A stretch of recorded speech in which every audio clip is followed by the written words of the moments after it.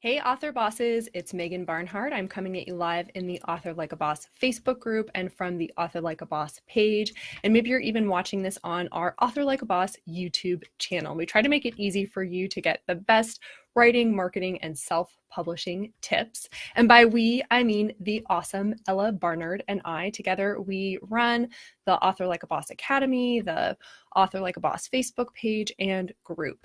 I'm going to get us shared up in the Author Like a Boss Facebook group. If you're not there already, you should come over and join us. That's where you can get our tips live, so you can ask us questions. And you can also just connect with other authors. It's really a huge game changer once you find your writing tribe. So yeah, come on over and join the Author Like a Boss group and meet your writing BFFs. Today, I'm going to be continuing all of our fun conversations about writing a story characters love, and we're going to be talking about nailing your character arc. So if you're here and you're watching and you are ready to make some money selling your books, let me know. Give me a comment, give me an emoji, give me a hell yeah or a heck yeah, depending on your sensibility. Are you ready to make money with your books? Are you ready to write stories that readers love and get them out there and get those readers leaving you fantastic reviews and coming back to buy your next book? Hey, Melissa. Hey, Diane. Yay, definitely come say hello if you're here and you're watching live. You guys ready to make some money with your books? Because I'm ready to share some secrets. Awesome. Hey, Lori. Hey, Amy. Hell yeah. Hell yeah. Oh, yeah. How do people get excited before the term hell yeah? I don't know. Lori, so good to see you. All right. On a scale of 1 to 10, how confident are you in your character arc? Is this something you're really sure your readers will love? Do you have a character journey that is going to bring people to tears or make them laugh or make them cry or put them on the edges of their seat? Let me know in the comments, how confident are you about your character arc? Because here's the thing, if you want readers to leave you a great review, if you want them to come back and buy more of your books, you need to nail character arc. Otherwise, the whole story just kind of falls flat. It isn't leading somewhere, and your readers will get frustrated. So last week I talked to you guys about writing a great climax, and climax is going to come back and make an appearance as we talk about character arc. But your character arc is the journey your character goes on, and whether it's like something interesting and whether there's like a lesson or we get something out of it. So how confident are you in your character arc? Crystal says 7. Ooh, awesome. Hey, Carrie. Amy says a 4. Okay. And some of you might be going, character arc? That was not one of the things that I realized I had to have. So whether you are feeling really confident and you just want to add in like a few more things to get from a 7 to a 10, or you're feeling not so confident and you'd like to get from a 4 up to an 8 or 9 or a 10, these tips will be helpful for you. And also if you're like, character arc. Megan, what is that? I'm gonna walk you through it. The easiest way to nail your character arc is to work out of order in your story. Plan your climax first, then go to your resolution, and then finally go back and sprinkle in what I call the breadcrumbs that will prep readers for the climax without spoiling it, and also prep them for the resolution without spoiling it. So what I'm going to do is walk you through all 3 of those steps and take a little bit of a deeper look. So step 1 is writing your of course climax. Now I call it an of course climax because when readers get there, after they read it, they should go, oh, of course. It doesn't mean they necessarily predict what's going to happen in your climax. It just means that it seems like the perfect situation for your main character to be in and to face. It's like the culmination of the things she's been learning or experiencing or suffering through.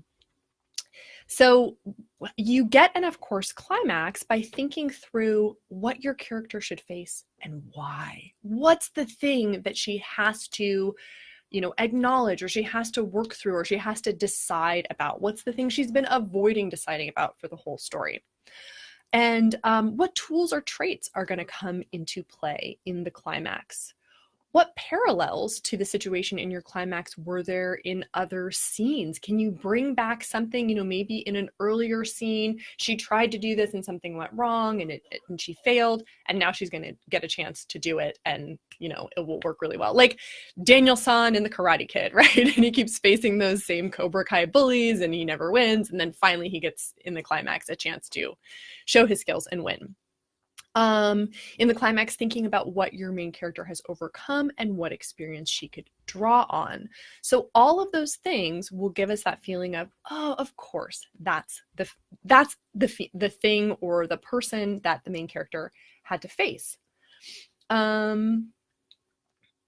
Ooh, Diane says, I feel like I've taken Alice from my first original short story from a 3 to a 7. I'd like to get her to an 11. Ooh, I love it.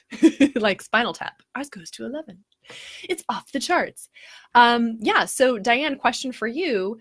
Do you have a really strong climax? Do you feel like the climax you've written for your Alice character is going to make readers go, oh, of course, that's the thing that she had to face before she could get on to the resolution? All right, the second step is to create that resolution.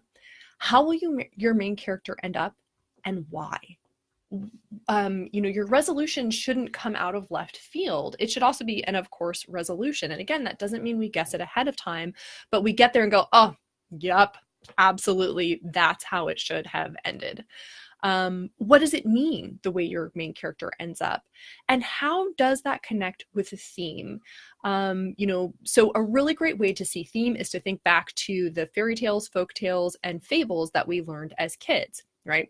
What happens if you dilly-dally and build your house out of sticks so you can play? Well, you get eaten by the wolf, right? But what happens if you take the time to build a house of bricks? Your house is secure. And those are really simplistic themes, but you can have themes that aren't simplistic, that are really cool, and that are shown in the resolution, right? That your character gets what she gets because of the choices that she made.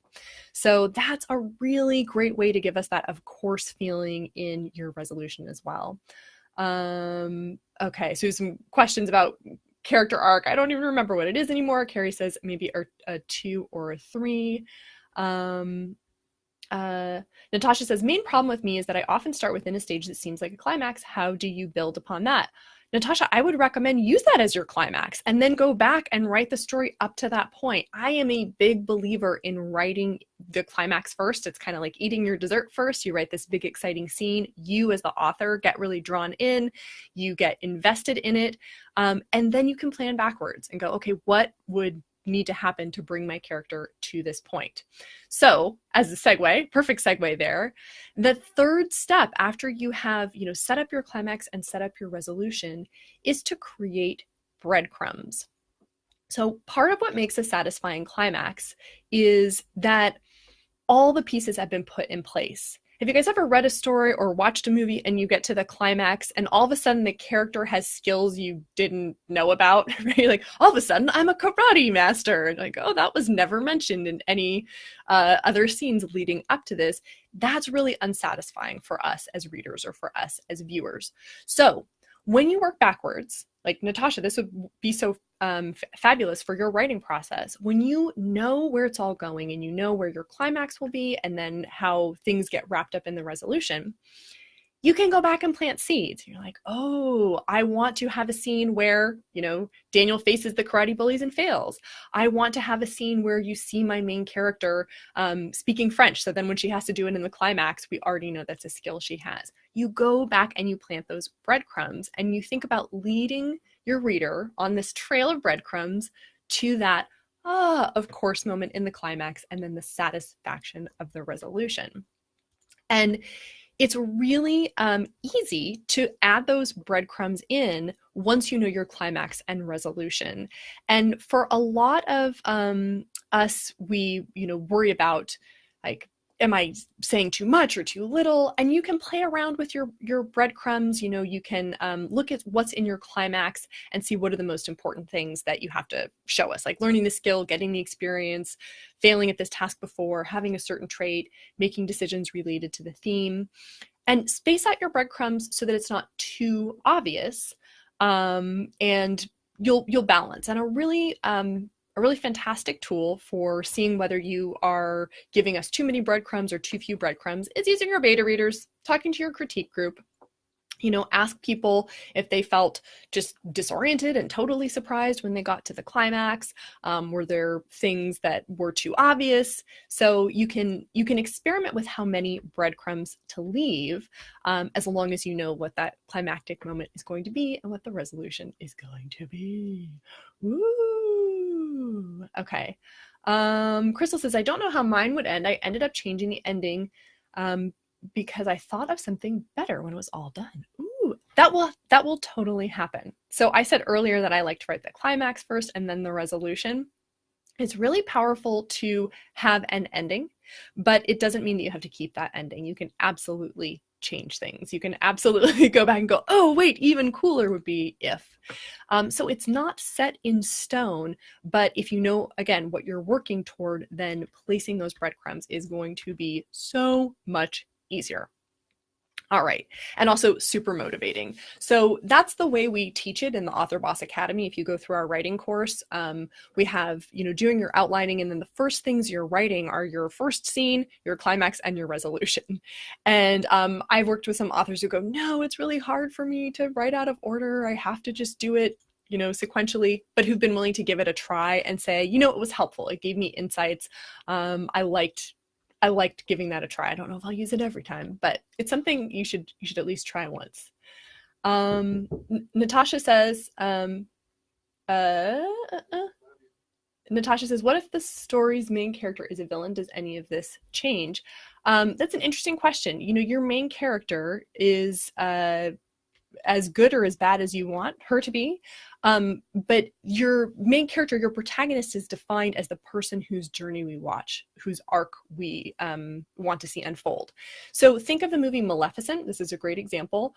Or, any fairy tale retelling where the villain is put as the main character.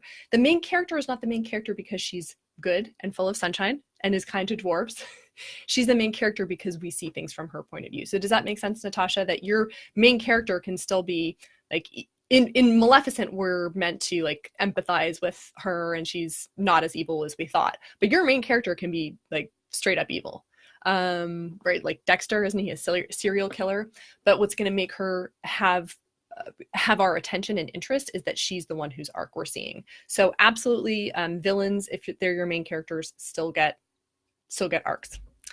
Same thing like Dr. Horrible sing-along blog. Neil Patrick Harris is technically the villain, but he's the character we're rooting for. We're seeing things from his point of view. That's a great question.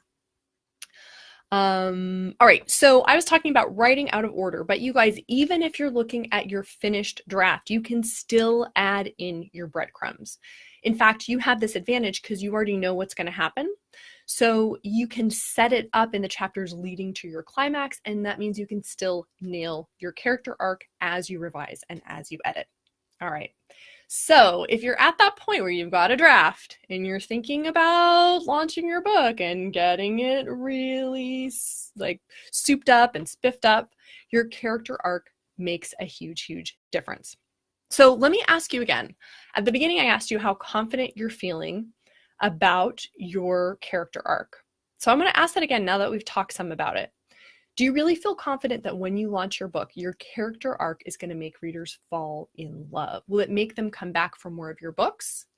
So on a scale of 1 to 10, how much are you like, I'm ready to launch my book because my character arc is awesome. People will love it. They'll be like, oh, what a journey. The character went from this to that and that. Oh, yeah. Oh, a 2. Oh, no. It can be tricky to do all the other things that go into launching a book if your confidence level isn't high, right? So here you are like, I want to tell everybody about this book, except my feeling about the character arc is that it's only at a 2. So definitely it's going to be part of your successful launch to get that character arc up, get your confidence level up about it by planting those breadcrumbs, making sure you have that, of course, climax, and making sure you have a clear resolution that relates to your theme and that satisfies your readers. Otherwise, doing a successful book launch is going to be super, super hard. So I have another question for you. especially for those of you who are like, I'm at a 2, I'm at a 4. What would it be like if you could have my hands-on help with your character arc? What if I was there helping you make your climax more exciting and showing you exactly how to plant those breadcrumbs? Would you want that? Does that sound appealing? Let me know in the comments. And I think Lori is on the call. Lori can attest to the fact that I won't make you rewrite whole scenes. So Lori had this really cool climax for her book, A Ghost of a Chance. And it had all this drama and had all this tension. But then there was this question of like, ooh, is it really tied strongly enough to my character arc? And it was like the right situation, the right scene, all those things were in place. And what she did was like, we went through and we found a couple of paragraphs where she could just turn up the volume on like reminding readers what that main character really wanted.